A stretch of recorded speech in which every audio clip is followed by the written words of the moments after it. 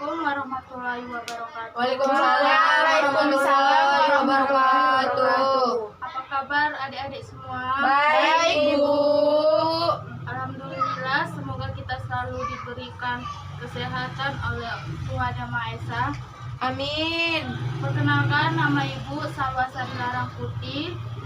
Baik, sebelumnya kegiatan ini dimulai, alangkah baiknya kita berdoa bersama-sama. Doa dimulai, doa selesai.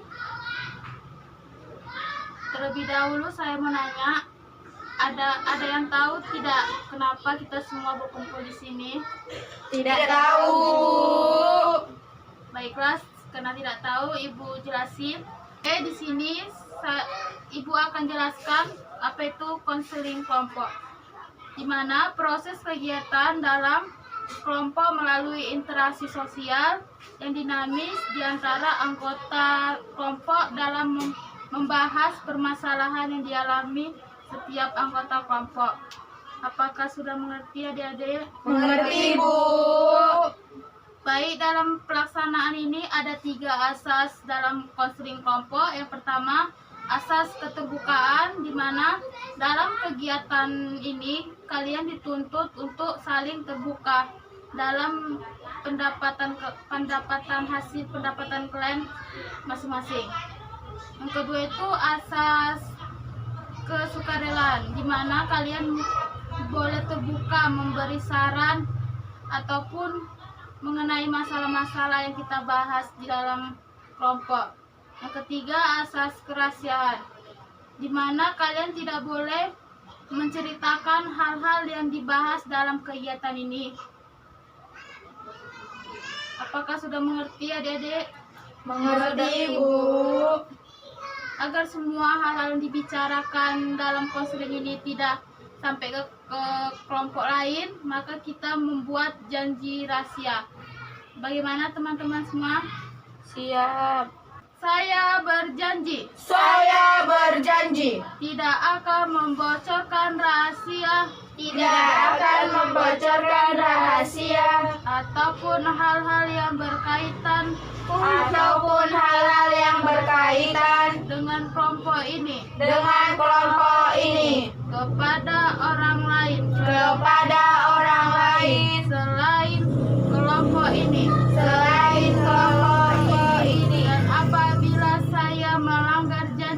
Dan apabila saya melanggar janji, maka saya siap menerima sanksi.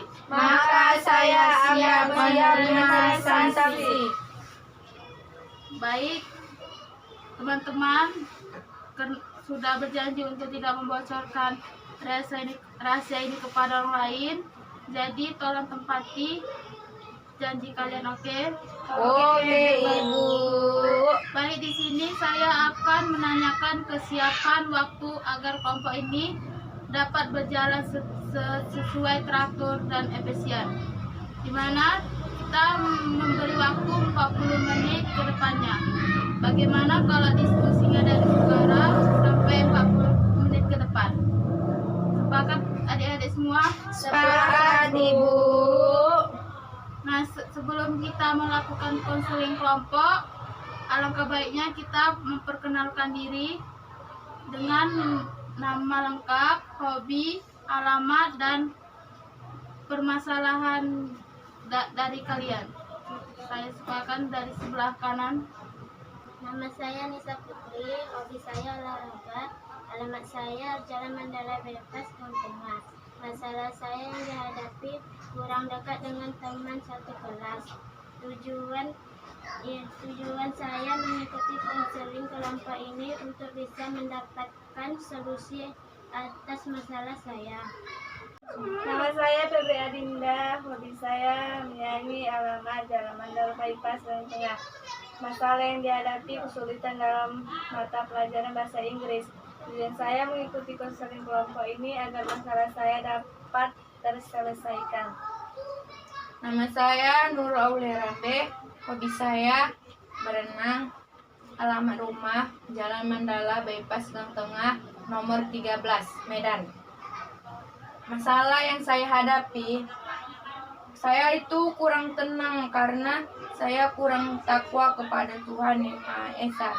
Tujuan saya mengikuti konseling kelompok agar saya mendapat jalan keluar atas masalah saya sendiri. Terima kasih.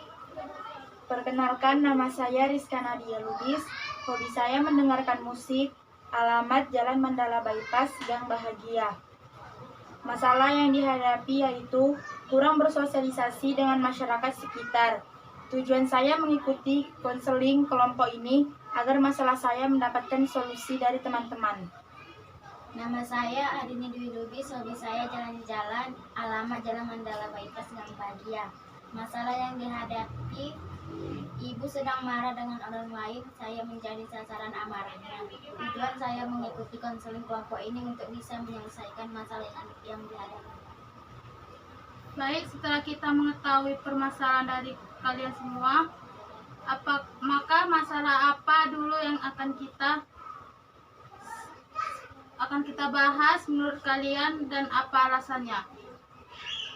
Karena kasihan jika dia di rumah tidak ada temannya. Rizka, karena jika tidak segera dibantu masalahnya, maka dia akan kesulitan dalam mendapatkan informasi jika dia kurang bersosialisasi dengan lingkungannya. Menurut saya si Rizka, Bu, karena jika tidak segera dituntaskan, kasihan. Dampaknya itu juga bisa jangka panjang. Mungkin ketika dia dewasa nanti juga tetap tidak mempunyai teman di rumahnya. Jadi kan Bu, kasihan. Saya sependapat dengan Rizka. Bagaimana dengan saudari Rizka? Siap? Kita akan membahas masalah Rizka sekarang. Ya, siap Bu. Silakan kepada Rizka menjelaskan masalahnya secara rinci kepada semuanya. Jadi begini Bu, saya mempunyai masalah dengan bersosialisasi di lingkungan saya, terutama tetangga. Karena mungkin saya waktunya sudah banyak terbuang di sekolah. Sedangkan saya di sekolah terkadang dari pagi sampai sore. Dan saya di sekolah juga mengikuti organisasi HMPS. Jadi waktu saya sangat sedikit di rumah. Dan ketika di rumah, biasanya saya langsung mengerjakan tugas rumah dan tugas dari kampus. Jadi untuk bersosialisasi dengan lingkungan sangat jarang sekali. Baik, setelah kita mendengar permasalahan dari Rizka, siapa yang akan memberikan solusi atau pendapat dari masalah Rizka tersebut? Sebaiknya Rizka mengikuti Karang Taruna yang ada di rumah Rizka. Maaf ya, Feby. Bagaimana saya mau mengikuti Karang Taruna yang ada di lingkungan saya? Sedangkan saya tadi sudah menjelaskan waktu saya sudah banyak terbuang di sekolah. Menurut saya, bagaimana jika Rizka kurangi aktivitas Rizka di sekolah? Mungkin seperti mengurangi mengikuti organisasi. Tapi Nisa, saya hanya mengikuti satu organisasi saja kok. Menurut saya, lebih baik Rizka berjualan saja. Jadi kan dengan berjualan, Rizka dapat berbincang-bincang dengan pembeli sekaligus berorganisasi dengan tetangganya. Menurut saya, Rizka kan libur sekolah hari Minggu. Bagaimana jika waktu satu hari dimanfaatkan Rizka untuk bersosialisasi dengan tetangga? Rizka seperti mengikuti kerja bakti mungkin. Maaf Rizka, apakah ada faktor lain yang membuat Rizka itu tidak dapat bersosialisasi dengan baik? Ada Bu. 5 yaitu ayah saya. Beliau terlalu mengekang saya dalam berteman.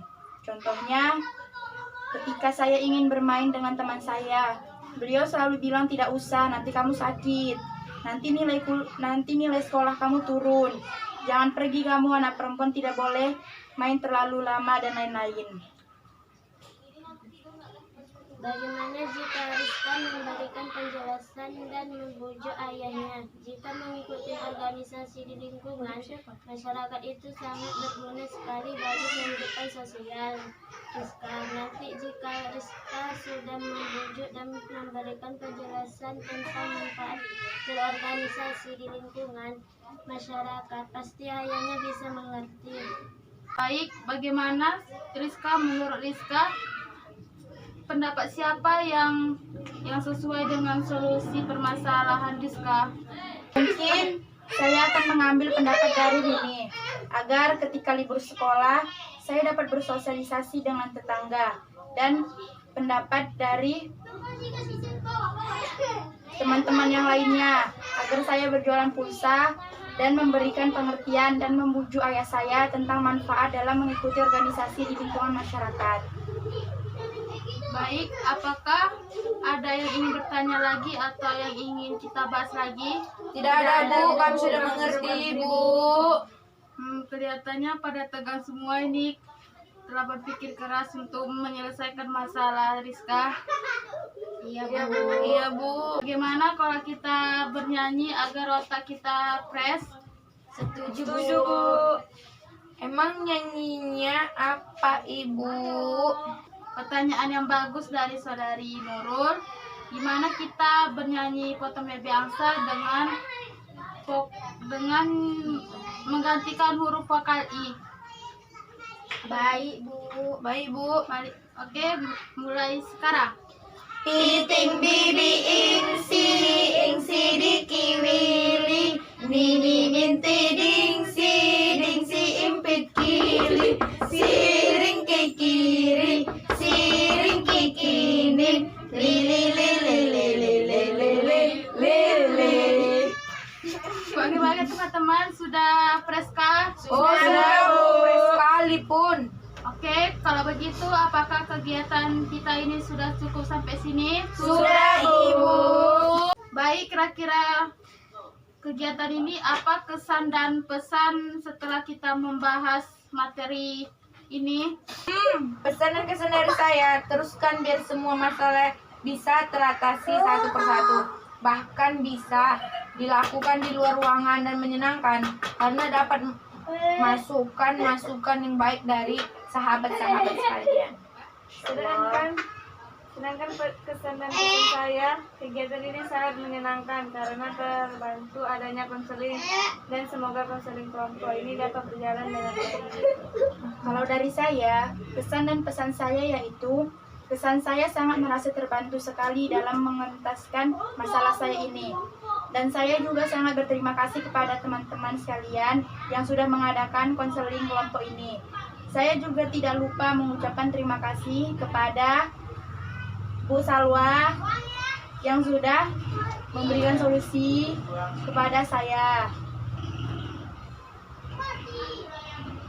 Mungkin ada lagi? Hampir sama, Bu. Bagus sekali. Ibu sangat senang dengan pertemuan kita kali ini. Untuk bimbingan berikutnya, Ibu akan konfirmasikan kepada kalian berikutnya. Nah, karena bimbingan kita berakhir, ada baiknya kita berdoa. Doa dimulai, doa selesai. Baiklah, adik-adik, Ibu mohon maaf apabila ada kesalahan dalam penyampaian ataupun kata-kata yang tidak enak. Dengan itu Ibu mohon maaf. Iya, Ibu. Assalamualaikum warahmatullahi wabarakatuh. Waalaikumsalam warahmatullahi wabarakatuh.